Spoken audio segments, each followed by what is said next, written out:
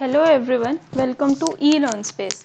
और today's topic is iterative statements. Iterative statements का क्या मतलब होता है? Loops. Loops का क्या मतलब होता है कि मुझे कोई भी चीज़ अपनी बार बार रिपीट करवानी है तो उसके लिए हम क्या यूज़ करते हैं? अपने लूप्स यूज़ करते हैं.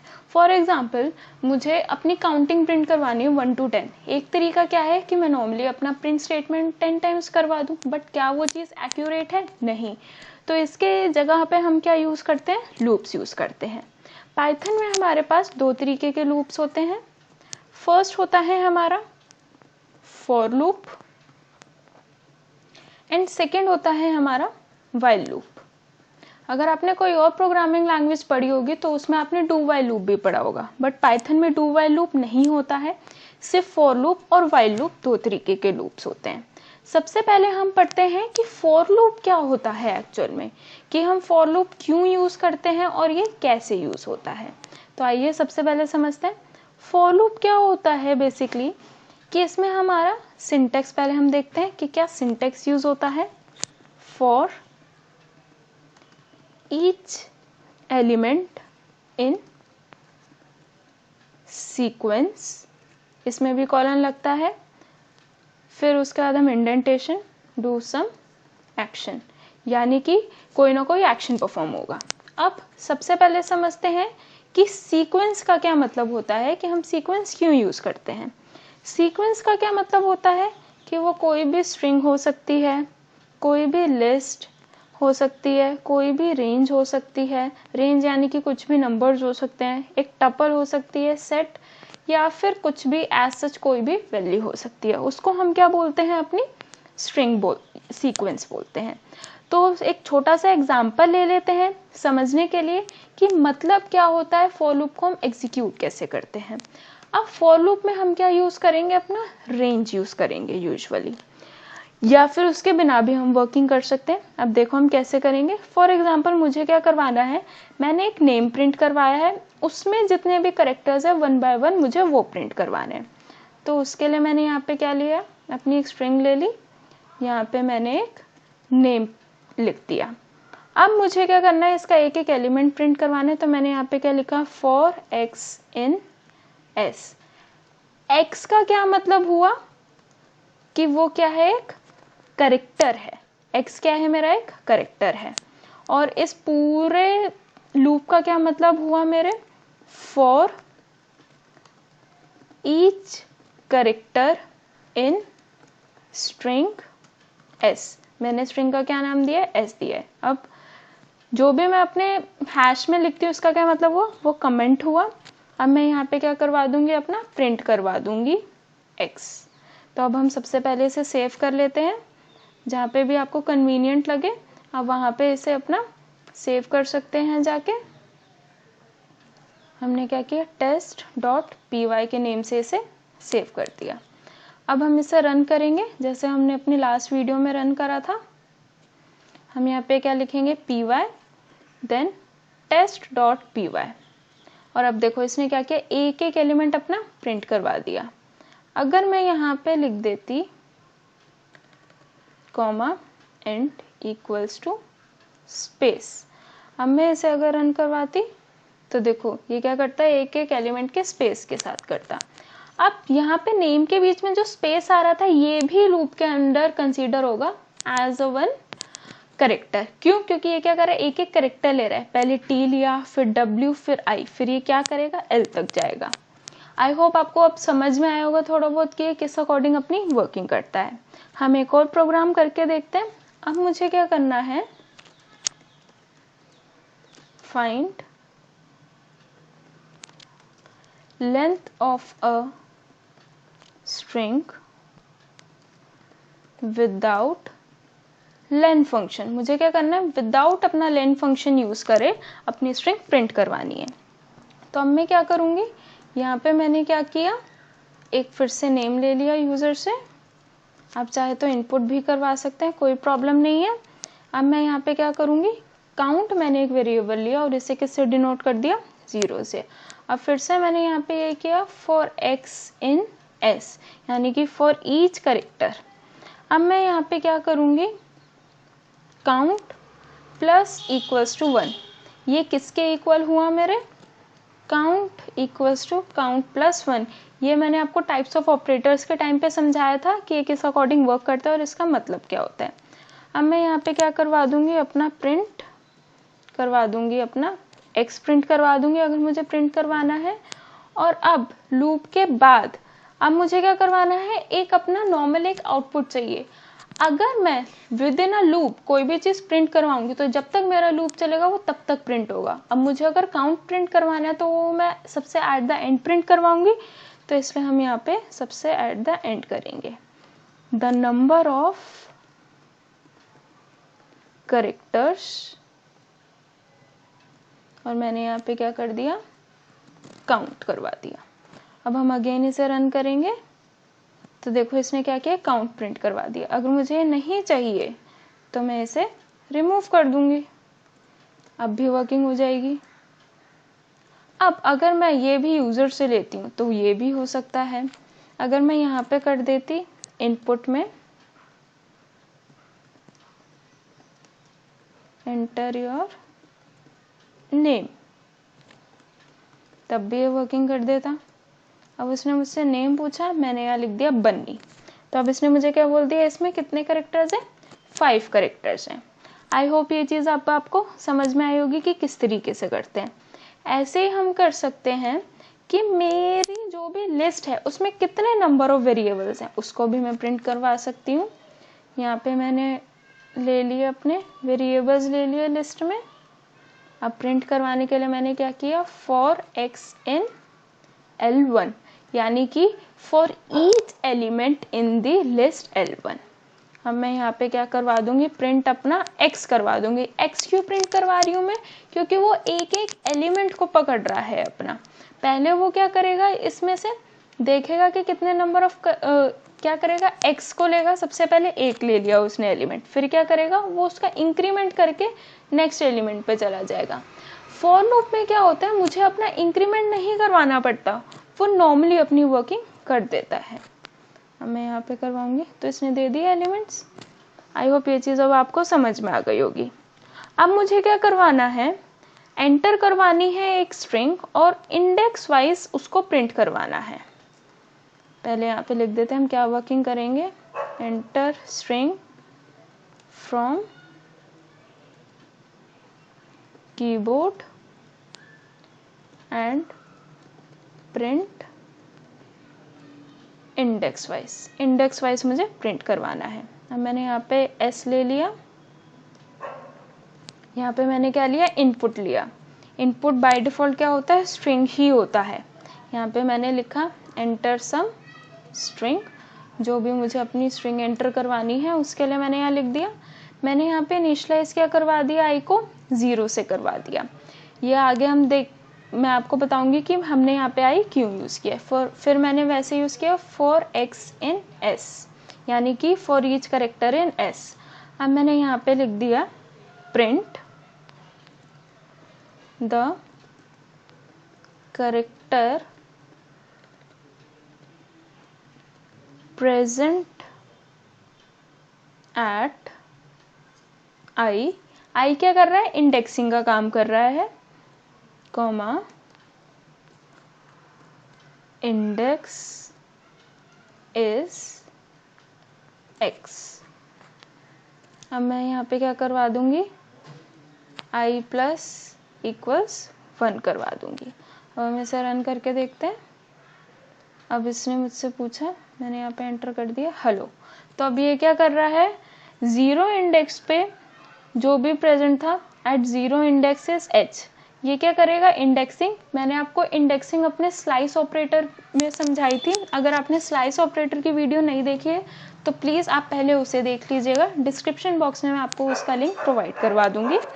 अब इसमें क्या है कि इसने क्या किया, हेलो में सबसे पहले क्या, जो भी मैंने यहाँ पे अपनी फॉर एग्जाम्पल स्ट्रिंग ली थी हेलो, तो अब ये क्या करेगा, सबसे पहले इंडेक्सिंग क्या होती है, 0 होती है, फिर इंडेक्सिंग क्या होती है 1, फिर 2, फिर 3, फिर 4 इंडेक्सिंग होती है। तो 0 लिया तो ये क्या करेगा, जो भी 0 पे था उसको यहाँ पे क्या करवा देगा, प्रिंट करवा देगा, 0 यानी कि h पे प्रिंट करवा देगा। इसके बाद ये क्या करेगा, i का इंक्रीमेंट करवा देगा। इंक्रीमेंट होके क्या हो गया, वो 1 हो गया। जब वो 1 हो गया तो इसके बाद ये क्या करेगा, 1 होने के बाद ये क्या करेगा, 2 पे जाएगा। अब 2 पे क्या इसे मिलेगा, l मिलेगा। तो सबसे पहले इसने जो अपना h प्रिंट करवाया था, इसके बाद ये क्या करवा देगा, अपना e प्रिंट करवा देगा। इसके बाद ये क्या करवाएगा, अपना l प्रिंट करवा देगा। इसके बाद जब ये थर्ड इंडेक्स पे जाएगा तो ये फिर से l प्रिंट करवा देगा एंड फिर ये क्या करवाएगा, अपना o प्रिंट करवा देगा। अब ये चीज़ चेक करेगा कि क्या और कोई, जब ये इंक्रीमेंट करेगा, अब इंक्रीमेंट करके वो क्या करेगा, लास्ट में 5 करेगा। अब ये चेक करेगा, फिफ्थ एलिमेंट तो है नहीं, तो ये क्या करेगा, इसका लूप यहाँ पे स्टॉप हो जाएगा बिल्कुल ही। आई होप ये चीज़ अब आपको समझ में आई होगी कि किस अकॉर्डिंग ये वर्क करता है। अब मुझे क्या करवाना है, फॉर एग्जाम्पल जो भी मेरा फोर्थ इंडेक्स पे था, ठीक है, वो ही सिर्फ प्रिंट हो जाए। यानी कि अब मुझे क्या करवाना है,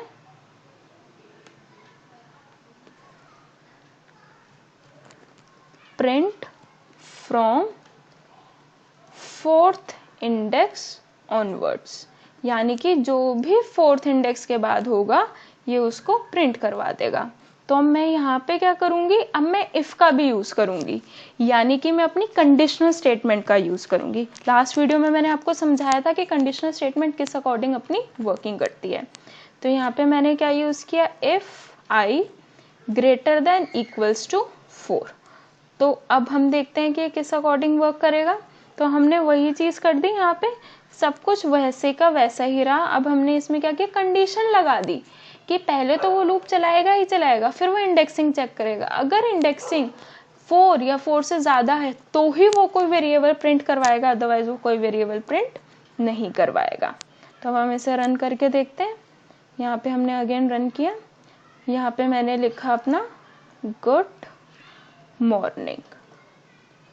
तो अब हम इसे प्रिंट करवाएंगे। तो अब इसने क्या किया, फोर्थ इंडेक्स पे क्या था, स्पेस थी, उसके बाद जो भी एलिमेंट्स थे वो इसने यहाँ पे क्या करवा दिए, प्रिंट करवा दिए, क्योंकि ये स्पेस को भी काउंट करता है, एज अ कैरेक्टर ही ये इसे काउंट करता है। अब मुझे क्या करवाना है, जो भी मेरे बिटवीन 2 to 4 इंडेक्स के बीच में होंगे सिर्फ वही मेरे एलिमेंट्स प्रिंट होने चाहिए। तो अब मैं यहाँ पे क्या करूँगी, इफ़ की कंडीशन में मैं लगा दूंगी if i greater than equals to 2 and i less than equals to 4। इसका क्या मतलब हुआ कि जो मेरी इंडेक्सिंग है वो 2 या 2 से बड़ी होनी चाहिए, बट वो 4 या 4 से लेस होनी चाहिए। तो अब हम अगेन करवाते हैं, यहाँ पे नेम प्रिंट करवाया हमने और अब हम इसे रन करते हैं। तो इसने क्या किया, जो भी मेरे 2 to 4 इंडेक्सिंग में थे वो सारे वेरिएबल्स इसने प्रिंट करवा दिए। आई होप आपको फॉर लूप समझ में आ रहा होगा कि किस अकॉर्डिंग हमारी वर्किंग करता है। अब हम क्या करेंगे, लाइन वाइज लाइन भी अब हम जैसे कि हेलो प्रिंट करवाना है, अब हम क्या करेंगे अपना यूजिंग रेंज। रेंज हमने टाइप्स ऑफ डेटा टाइप्स में पढ़ा था कि कितने तरीके के डेटा टाइप्स होते हैं और रेंज किस अकॉर्डिंग वर्क करता है। रेंज क्या करता है, कंटिन्यूअस फॉर्म में हमें कुछ भी प्रिंट करवाना होता है तो हेल्प करता है। अब मैंने यहाँ पे क्या किया, फॉर x in रेंज, अब मैंने यहाँ पे क्या ले लिया 10। तो अब ये क्या करेगा, 10 - 1 तक इसकी रेंज चलेगी, यानी कि ये 0 से स्टार्ट होगा। अगर मैं कोई स्टार्टिंग नंबर नहीं देती हूँ रेंज में तो ये क्या करता है, उसको बाय डिफ़ॉल्ट 0 वैल्यू लेता है और 10 यानी कि n - 1 यानी कि 10 - 1 तक ये वैल्यू चलेगी। तो अब मैंने यहाँ पे क्या करवा दिया, प्रिंट करवा दिया अपना हेलो। अब हम इसे प्रिंट करवाते हैं। तो अब ये क्या करेगा, 10 टाइम्स इसने हेलो प्रिंट करवा दिया। अब अगर मैं यहाँ पे इसको कंडीशन दे देती, यहाँ पे कर देती 1, अगर मैं इसे यहाँ पे 11 कर देती तो अब ये भी उसी के अकॉर्डिंग वर्किंग करवाता। तो अब मैंने क्या किया, यहाँ पे पहले एक एलिमेंट अपना कम कर दिया। अब ऐसे ही मैं क्या कर सकती हूँ कि मुझे क्या करवाना है, प्रिंट नंबर्स बिटवीन 1 to 20 मुझे अपने नंबर्स प्रिंट करवाने हैं। तो मैं यहाँ पे क्या करवा दूंगी, इसे रेंज दे दूंगी और यहाँ पे अपना जो भी नंबर है वो प्रिंट करवा दूंगी। तो अब इससे क्या होगा, मेरा नॉर्मली ये मेरा नंबर प्रिंट करवा देगा, जितने भी नंबर्स होंगे 1 to 20।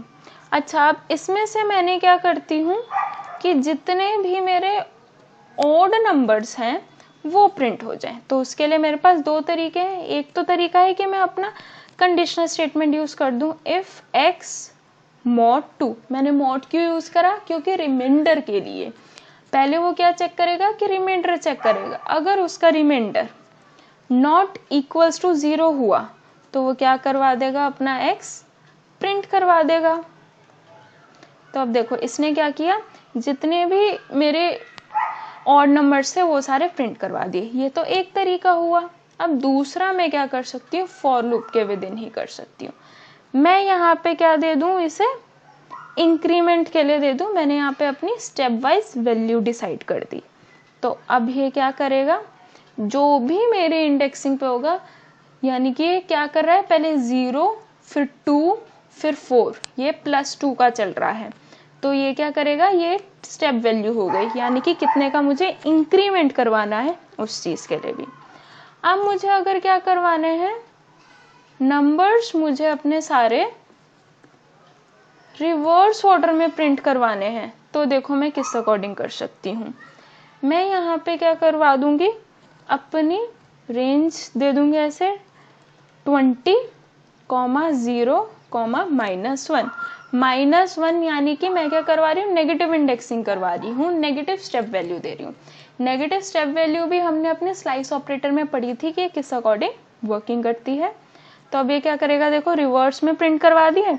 इसने क्या किया, इंडेक्सिंग तो ली 20 to 0, अब इसने क्या किया, मैंने -1 लिख दिया, यानी कि -1 लिख दिया। इस अकॉर्डिंग ये क्या करेगा, रिवर्स में चला देगा। अब हम एक और करते हैं अपना। अब मुझे क्या करवाना है कि अपनी ना एक लिस्ट को रीड करवाना है, जिसमें हमारे काफी सारे नंबर्स हैं कीबोर्ड के थ्रू। और मुझे क्या करवाना है, उनका सम प्रिंट करवाना है, यानी कि मुझे क्या करवाना है, जितने भी एलिमेंट्स मेरे लिस्ट में मौजूद होंगे वो सारे मेरे प्रिंट हो जाएं। तो मैं यहाँ पे क्या करूँगी, लिस्ट 1 लिया मैंने, यहाँ पे मैंने क्या यूज़ किया, इवैल यूज़ किया। इवैल की जगह आप यहाँ पे अपना लिस्ट भी यूज़ कर सकते हैं, तब भी वर्किंग हो जाएगी। यहाँ पे मैंने लिखा एंटर सम लिस्ट। हमने यहाँ पे अपनी लिस्ट प्रिंट करवा दी, इनपुट करवा दी। यहाँ पे मैंने क्या किया, सम को क्या किया, 0 से इनिशियलाइज किया। फिर क्या किया, फॉर x इन लिस्ट 1, यानी कि for each element in list 1 sum plus equals to x, यानी कि इसको हम बोले तो क्या हो गया, ये sum equals to sum plus x ही हो गया ये मेरा। अब हम क्या करेंगे, यहाँ पे मैं क्या करवा दूंगी, अपना सम प्रिंट करवा दूंगी। प्रिंट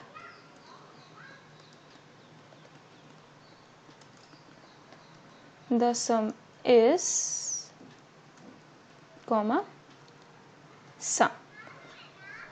अब हम इसे रन करेंगे। अब उसने क्या बोला, लिस्ट में एंटर करो। यहाँ पे मैंने किया 1 2 3, तो अब इसने सम क्या दे दिया, 6 दे दिया। देखो ये किस अकॉर्डिंग वर्किंग करेगा। यहाँ पे मैंने क्या किया, अपने लिस्ट में अपने वेरिएबल्स ले लिए। अब इसने इसको इंडेक्सिंग दे दी 0 1 और 2 इंडेक्सिंग दे दी। अब ये क्या करेगा, सम को मैंने यहाँ पे क्या किया है, अपना 0 लिया है। 0 सम लेने से क्या होगा, वो क्या करेगा, सबसे पहले 0 में क्या ऐड करेगा, 0 ऐड करेगा, तो उससे मेरा आउटपुट क्या आएगा, 0 आएगा। अब क्या करेगा, ये जो मेरा आउटपुट आया था 0, उसमें ये क्या कर देगा, प्लस कर देगा, अपना 1 कर देगा। देखो सबसे पहले हमने सम 0 ही क्यों लिया, क्योंकि 0 प्लस एनी नंबर क्या होता है, वही नंबर वो मुझे रिटर्न करवाता है। यानी कि 0 + 1 वो क्या करेगा, 1 रिटर्न करवाएगा। फिर 1 + 2 क्या करवाएगा, वो 3 रिटर्न करवाएगा। फिर 3 + 3 क्या रिटर्न करवा देगा, वो 6 रिटर्न करवा देगा। अगर मैं यहाँ पे सम में कुछ भी वैल्यू नहीं लिखती तो वो रन ही नहीं करता, वो क्या करता, इनफाइनाइट में चला जाता। ये तभी वर्किंग करेगा लिस्ट के लिए जब इसमें होमोजीनियस एलिमेंट्स होंगे, सारे मेरे नंबर्स होंगे, ये तभी वर्किंग करेगा। अब बारी आती है हमारे व्हाइल लूप की। व्हाइल लूप हम क्यों यूज करते हैं? देखो, जहां जहां मेरा फॉर लूप यूज होता है वहां वहां मैं अपना व्हाइल लूप भी यूज कर सकती हूँ। अब बात ये आती है कि हम फिर यूज ही क्यों करते हैं अपना फॉर लूप और व्हाइल लूप में डिफरेंस क्या होता है? हमें सबसे पहले ये समझना होता है डिफरेंस ये क्या होता है। फॉर लूप में मुझे पता होता है कि मेरे नंबर ऑफ आइटरेशंस कितने होंगे, यानी कि कितनी बार मेरा कोई भी नंबर रिपीट, कितनी बार मेरा लूप चलना है। बट व्हाइल लूप में एज सच ये फिक्स नहीं होता है कि ये कितनी बार मुझे अपनी कोई भी वैल्यू प्रिंट करवानी है, किस सीक्वेंस में प्रिंट करवानी है, और इसमें सीक्वेंस भी ज़रूरी नहीं है कि फिक्स ही हो। बट फॉर लूप में क्या होता है, सीक्वेंस एक फिक्स होता है कि ये स्टार्ट टू एंड ही चलता है। अब हम क्या करेंगे, हमें नंबर्स प्रिंट करवाने हैं यूजिंग व्हाइल लूप। तो सबसे पहले मैंने क्या किया, इनिशियलाइज करवा दिया। इनिशियलाइजेशन बहुत ज़्यादा ही ज़रूरी होती है हमारे लूप्स में, स्पेशली व्हाइल लूप में इनिशियलाइजेशन हमें करनी पड़ती है। फॉर लूप में वो क्या करता है, जो भी हम अपने, जैसे हमने अभी लिया था फॉर एक्स इन एस, तो वो एक्स को क्या मान लेता है या रेंज में क्या मान लेता है, by default value 0। But while loop में ऐसा कुछ भी नहीं होता है। अब मैंने यहाँ पे क्या किया, while x less than equals to 10। अब मैंने यहाँ पे क्या करवा दिया, प्रिंट करवा दिया अपना x, और यहाँ पे मुझे क्या करवाना पड़ेगा, अपना इंक्रीमेंट भी करवाना पड़ेगा। तो अब हम इसे रन करेंगे तो ये क्या करवा देगा, 1 to 10 अपने नंबर्स प्रिंट करवा देगा। ऐसे ही अब हम कर सकते हैं सम ऑफ n नंबर्स, जितने भी मेरे पास नंबर्स हैं उन सबका मुझे सम करवाना है।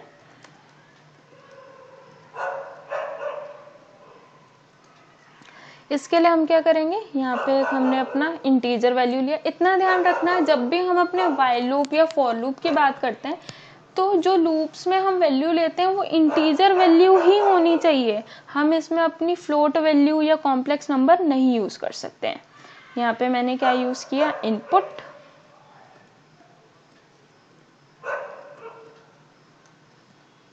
एंटर सम नंबर, जो भी नंबर था वो हमने यहाँ पे ले लिया। अब मैंने यहाँ पे क्या कर दिया, सम को क्या कर दिया, 0 से इनिशियलाइज कर दिया। अभी लास्ट प्रोग्राम में ही मैंने आपको समझाया था कि हम क्यों इनिशियलाइज करते हैं। While i less than equals to n। अब मैं यहाँ पे क्या करूँगी, sum equals to sum plus i। इसके बाद हम क्या करेंगे, यहाँ पे i प्लस इक्वल्स टू 1। अब प्रिंट करवाना है सम, तो हम यहाँ पे कर देंगे द सम इज कॉमा सम। जैसे कि हमने अभी तक फॉर लूप में किया था, यहाँ पर भी हमारी उसी तरीके से वर्किंग है। अब हम इसे रन करेंगे। यहाँ पे मुझे कोई भी नंबर लिखना है, यहाँ पे मैंने लिखा 7। तो अब ये क्या करेगा, 1 to 7 जितने भी नंबर्स होंगे उन सबका क्या करवा देगा, सम प्रिंट करवा देगा। अब नेक्स्ट हम करते हैं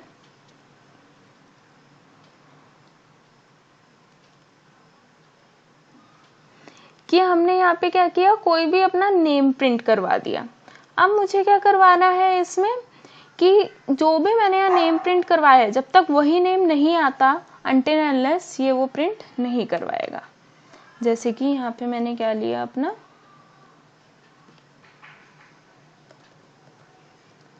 नेम ले लिया। इसको मैंने क्या किया, अपना ब्लैंक रखा। यहाँ पे मैंने क्या किया, while name not equals to Twinkle. यहाँ जो भी मुझे नेम चाहिए अगर वो उसके इक्वल नहीं हुआ तो ये क्या करवाएगा, नेम इक्वल्स टू इनपुट करवाएगा एंटर नेम। यानी कि अगर वो नेम उसके इक्वल नहीं है तो ये क्या करेगा, दोबारा इनपुट लेगा और फिर ये क्या करवा देगा, प्रिंट करवा देगा। अपनी जो भी स्टेटमेंट मुझे यहाँ प्रिंट करवानी है वो ये प्रिंट करवा देगा। अब हम इसे रन करते हैं। अब मैंने यहाँ पे क्या ले लिया, कोई भी अपना एक नेम ले लिया। अब ये फिर से मुझसे पूछेगा नेम, मैंने यहाँ पे फिर से नेम ले लिया। अभी मुझसे फिर से नेम पूछ रहा है, तो मैंने फिर से नेम ले लिया। अब मैं अगेन नेम डालती हूँ, तो अब ये क्या किया, इसने प्रिंट करवा दिया। अब इससे क्या होगा कि अब इसने क्या करा, इसमें हम अपना फॉर लूप यूज नहीं कर सकते। क्यों? क्योंकि इसमें मुझे पता ही नहीं है कि मेरे कितने नंबर ऑफ आइटरेशंस चलेंगे। आई होप अब आपको समझ में आ गया होगा कि फॉर लूप और वाइल लूप किस तरीके से यूज करते हैं, हमें लूप्स की जरूरत क्यों पड़ती है और कहाँ पड़ती है, और कहाँ पे हम अपना फॉर लूप यूज कर सकते हैं, कहाँ पे हम अपना वाइल लूप यूज कर सकते हैं, और दोनों लूप्स में क्या डिफरेंस होता है। नीचे डिस्क्रिप्शन बॉक्स में आपको और भी प्रोग्राम्स के लिए, लूप्स के जितने भी और प्रोग्राम्स होते हैं उसके लिए आपको लिंक मिलेगा, वहां से आप उस लिंक को चेक कर सकते हैं। वहां से आपको जितने भी लूप्स के अराउंड 15 to 20 प्रोग्राम्स हैं उनको आप रन कर सकते हैं। अगर आपको किसी भी प्रोग्राम में कोई डाउट है, कुछ पूछना है या कोई भी एरर अगर होता है, तो आप नीचे कमेंट सेक्शन में भी कमेंट करके बता सकते हैं, या फिर आप हमें मेल कर सकते हैं। मेल ID elearnspace22@gmail.com पे आप हमें मेल भी कर सकते हैं। Thank you everyone for watching this video. अगर आपको ये वीडियो पसंद आई तो प्लीज़ इसे लाइक कीजिए एंड प्लीज़ मेरे चैनल को सब्सक्राइब कीजिए, ताकि आगे आने वाले टाइम में आपको सारी नोटिफिकेशंस टाइमली मिल सके। Thank you once again for watching.